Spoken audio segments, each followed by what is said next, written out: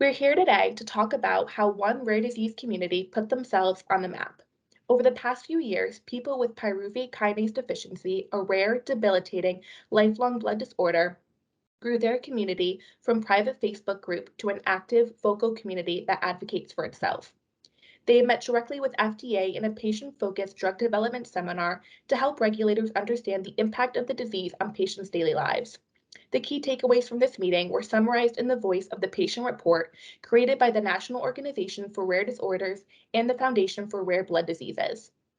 They are members of the PK Deficiency Advocacy Advisory Council, a multi-stakeholder group of physicians, patients, caregivers, and advocacy organization representatives, which is supported and funded by Agios Pharmaceuticals. The AAC was created to connect patients and caregivers of the PK deficiency community to express themselves in a unified voice and includes umbrella patient organizations such as the National Organization of Rare Diseases, Thalassemia International Federation, and Metabolic Support UK. The AAC organized and executed a groundbreaking international survey of 200 patients and 75 caregivers, the largest survey of its kind within the PK deficiency community, to better understand communication between hematologists and PK deficiency patients and their caregivers and how this relationship impacts quality of care. The results of this survey have been published in a white paper and presented at major conferences, including the American Society of Hematology annual meeting in December 2021. And two independent US-based advocacy groups dedicated to PK deficiency have also been launched. Today, two leaders of this community, Tamara Schreiber from Thrive with PK Deficiency and Alejandra Watson from PK Deficiency Foundation, will share key learnings for other rare disease communities and highlight important moments and milestones of the PK Deficiency community's journey. Great. Well, thank you both so much for being here today. To start off, why don't you guys both just kind of introduce yourself and tell us a little bit about your organization's missions?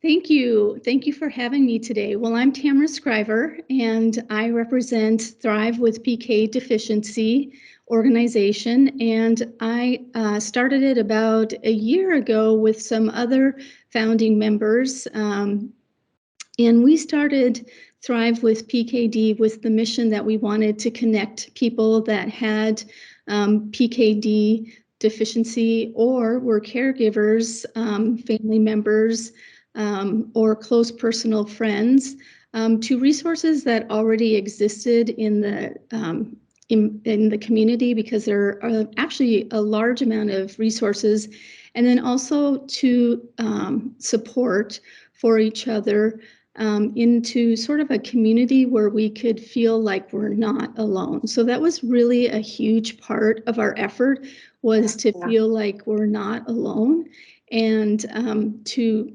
stop that feeling of isolation. Definitely kind of bring everybody together. Excellent. Yeah, definitely. Hi, my name is Alejandra Watson. I'm a mother or caregiver of a patient with pyruvate kinase deficiency. My son is now 17 years old, and he's the main focus in my life. Of course, I have 3 children, but only one of them with pyruvate kinase deficiency. When he was born 17 years ago, it was not so many information about the disease. And it leads me to try to find more information, find out more people. And it took me a few years before I even was able to meet somebody in the world. I'm not even talking in the United States. I'm talking about somebody around the world who had the same disease that my son had it. So through many years, we were going through a lot of ups and downs and loops, and so many streets with no end streets, no information or nothing. Through all those years, in 2009, I decided, along with the first person that I ever met with pyruvate kinase deficiency, that I didn't meet her in person, we decided to start the Pyruvate Kinase Deficiency Support Group on the Facebook groups. Yeah. So that helped us to understand the disease, trying to get more people And we never tried to get people to take advantage or things like that. We tried to get our people to make them understand that they were not alone. This disease is so rare that it's really difficult to find information.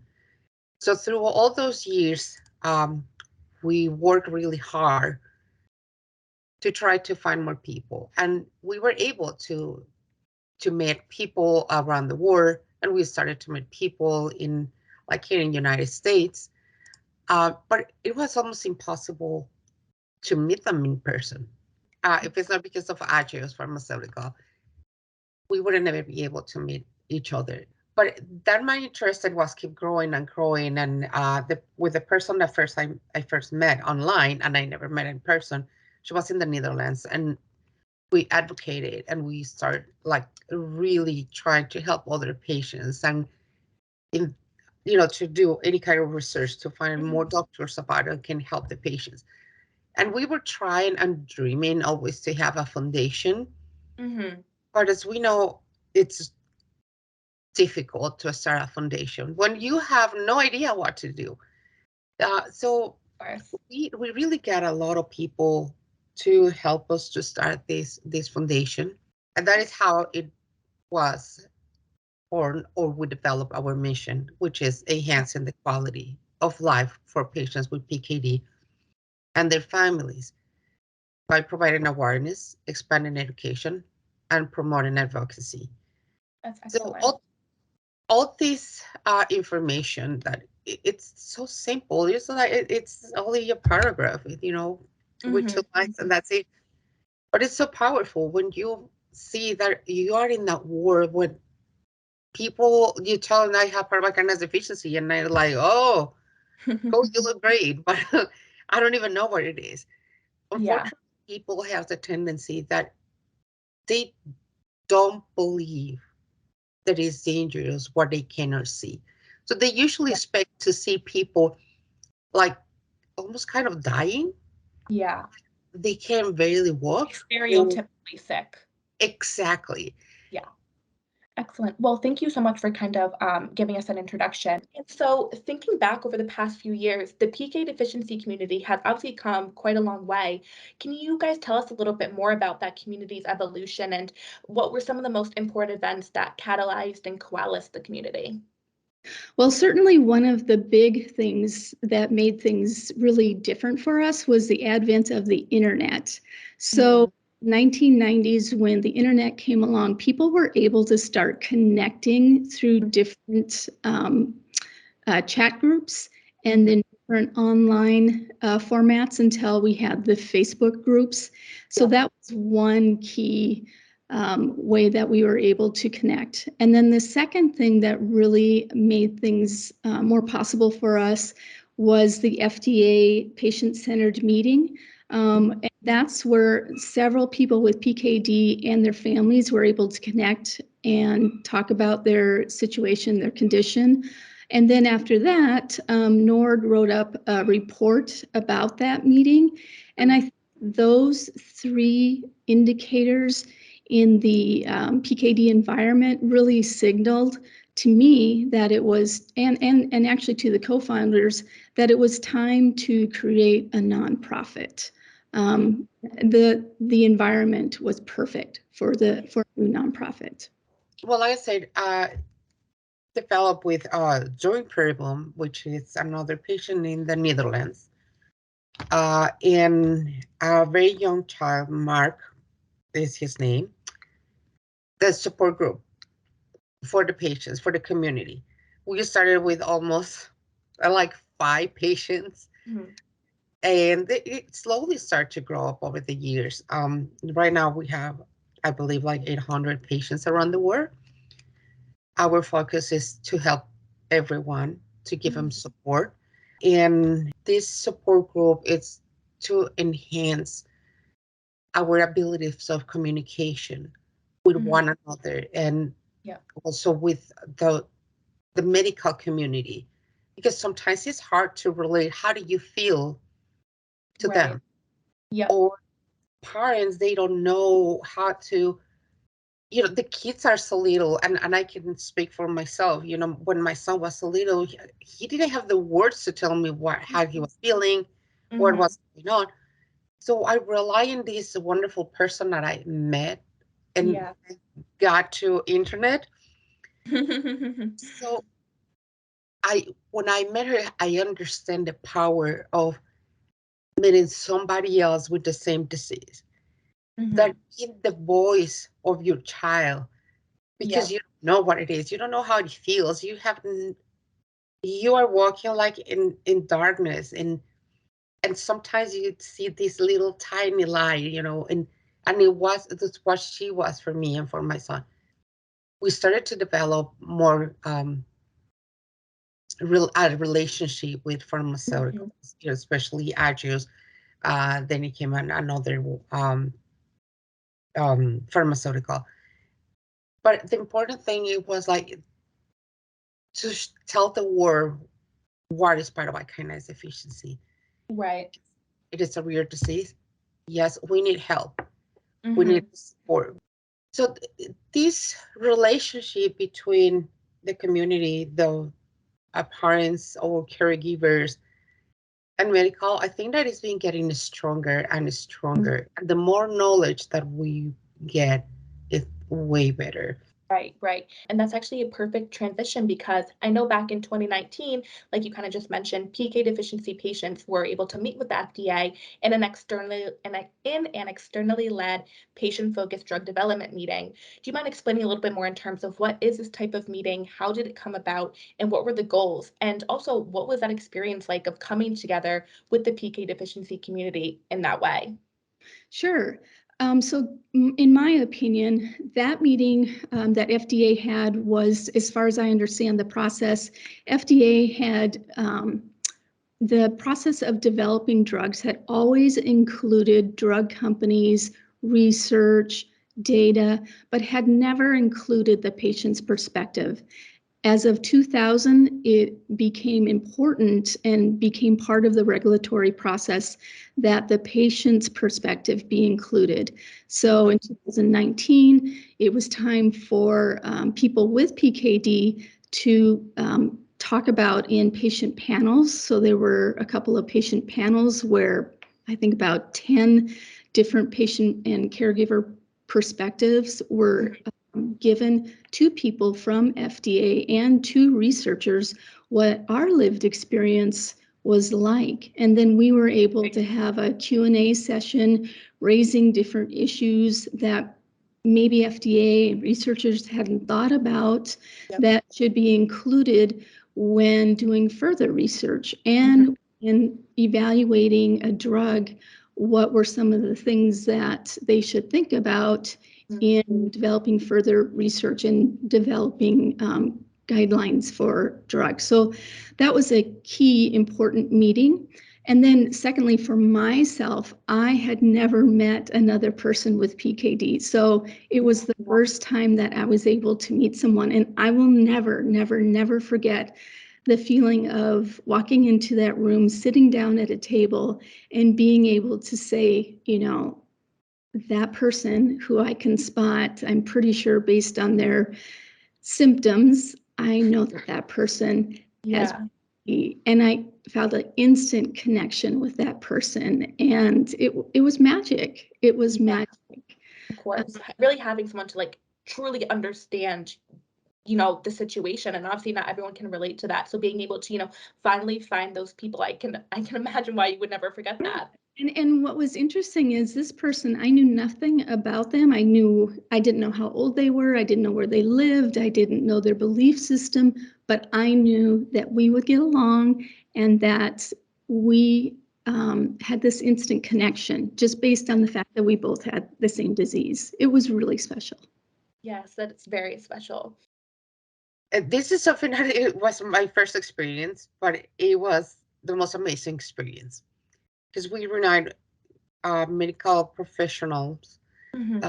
nurses, doctors, the FDA. It was North with us that helped us to facilitate the meeting. Um, the community at large, where we have presentations from different perspectives, from the perspective of probably a parent with 2 children, the perspective of myself being a mother of a child with pyruvate kinase deficiency, but is a teenager. And at the same time, we had a teenager, which is it was my son, expressing what he went through the years. Yeah. And all this, it made like a big impact in the people for the FDA to let them know that we really need help. We really need medications. We need so much research about our disease. We wanted to present who we are. Right. And all the studies. Yeah. It's great to have research, but also we are humans. We have feelings, and it's what we wanted to present. Yeah. The human part of the disease, not just the disease itself. The disease, yeah, we can find so many things, but what is taking us? This is the born that every day to get up and get it like, okay, this is one more day that I'm going to make it. And yeah. So I think that was, like I said, well, it was very interesting, but it was also amazing. It gives you some hope where to hold into it. Yeah. It feels really good to have, because of course in the United States you hear FDA and it is like the biggest thing, and you are hoping that they can hear your voice. Yeah, that's so excellent. I'd also like to talk a little bit about the PK Deficiency Advocacy Advisory Council, or the AAC. Could you share a little bit about what it is, why it formed, and what the vision is for the AAC? Yeah, the AAC was formed, I believe, right after the Voice of the Patient. And it was aiming to learn more about pyruvate kinase deficiency, to find out the gaps that we have, what we need, how to fill out all these gaps that we never had the opportunity to do it before. So the AAC was formed by different stakeholders, and it was also by patients and caregivers from Europe and United States, where we can bring together and brainstorming about what else is needed. How can we support each other and the community, bringing all the information that we can. Of course, we started like I'm a mother, but I also have a child who has pyruvate kinase deficiency, and every perspective is different. Or a patient will see it like I see it because I'm the mother, or another patient will see the point of view of my son because it's so wide. The problems with pyruvate kinase deficiency that not everybody experiences the same thing. Right, they're not universal. Exactly. So it's the AAC is been trying, and we've been successful so far to find out what are those gaps. How can we fill those gaps, and what else we have to do? So we start from zero, from ground zero, and we are slowly building this chain of support for everyone. And I think that this is a great relationship with so many people. Like I think that you mentioned it before, that we had at MSUK. We have North, also in the United States, helping us. We have the Thalassemia Federation.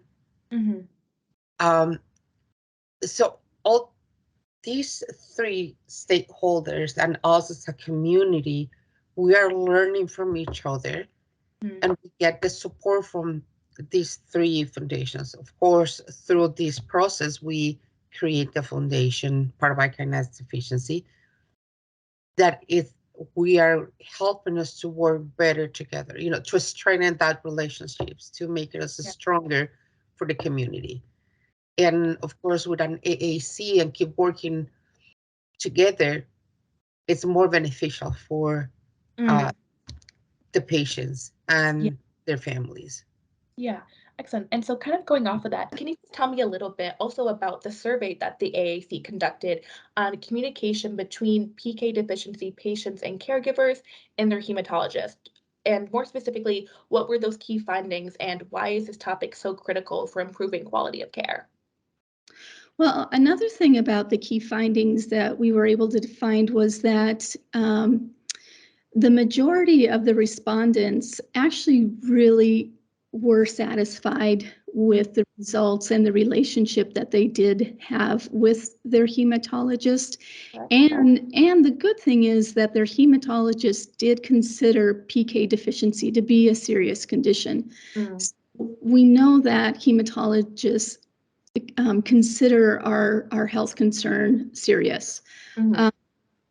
But one thing that was a little bit concerning is that not all of the hematologists are consulting with expert hematologists, and not all of the hematologists are consulting with other hematologists or have the information. They're not digging in and finding more resources, finding more information to help people with PKD. And that can be problematic because it will, this appointment you have with your hematologist as a PKD patient, you are looking forward to it so much, and it's so critical to your health care. And if your hematologist isn't putting their all into it, you do feel concerned and anxious and worried about it. So those are the psychosocial effects that has on people is concerning. So I think there are some things that we can do to alleviate those psychosocial concerns. Yeah, and I get, like you were saying, and that just could be as simple as going a little bit deeper than just that surface level. Yeah. And I guess just the last question I have for you both, and maybe the most important, is what advice do you have for other rare disease communities who are hoping to do what you did, and that's evolve into an influential and formalized community that advocates on behalf of those living with that disease? Some of the advice that I would have looking back is making this mental transition from going from an advocate of I'm advocating for myself, so as a patient of one, to now a mind shift where you're advocating for several people. So initially I didn't meet anybody who had PKD until at least face to face. I didn't meet anybody until I was about 48 or 49. So for so long, I was advocating for my own disease, and I thought that this disease presented itself in one way. So I think it's important to learn how your disease presents itself across the spectrum. And then as you build a nonprofit, understand that your nonprofit that you're building, you have to represent the disease in its entirety, how it presents across the spectrum, and that you're representing several people, multitudes of people. And even though it's still a small, rare disease overall, you still have to understand the complexity of the disease and that you're representing it across a spectrum. And that's being more fair to the disease and the people you represent. So that was one shift for myself and the people that I worked for. And that would lead to number two is have a really good team. I think having people that you enjoy working with and a team, I think that's important because you spend a lot of time with them. And the third piece of advice that I would give is find a mentor who has done this before, because it's easy to get discouraged when you're starting a nonprofit. There are so many, but it's a nonprofit, even if it's a small nonprofit, in the world of the digital age, can still make an impact. So I would encourage people to start them. I think that you can do so in a low-cost way and actually make an impact. So I would encourage people to do it. First of all, I think as a first time when you get diagnosed, you need to go through a grieving period, and it's normal. I just would like that people won't feel that they are the only ones that are going through or that it's bad to be grieving. It's not. It is a normal process that we have to go through in order to take the steering wheel again in our lives, because everything shatters when you hear something that you don't know, you don't understand, you don't have information. You need that time to process the grieving and look for help.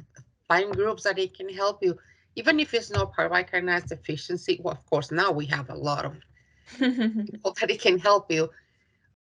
But even if any kind of disease, you need to search other people that, even if it's a little bit like similar, just to listen to other people, to try to understand and listen to your child. Every single thing that happens is for a reason. And another important thing, it's not just to listen to your child, but always being honest.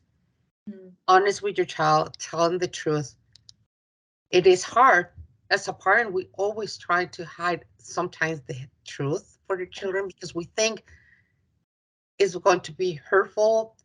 They are not prepared. And sometimes it's the opposite. They are well prepared to listen. But it is also very important to tell the children, to tell the doctor how that they feel. And sometimes they don't know how they feel.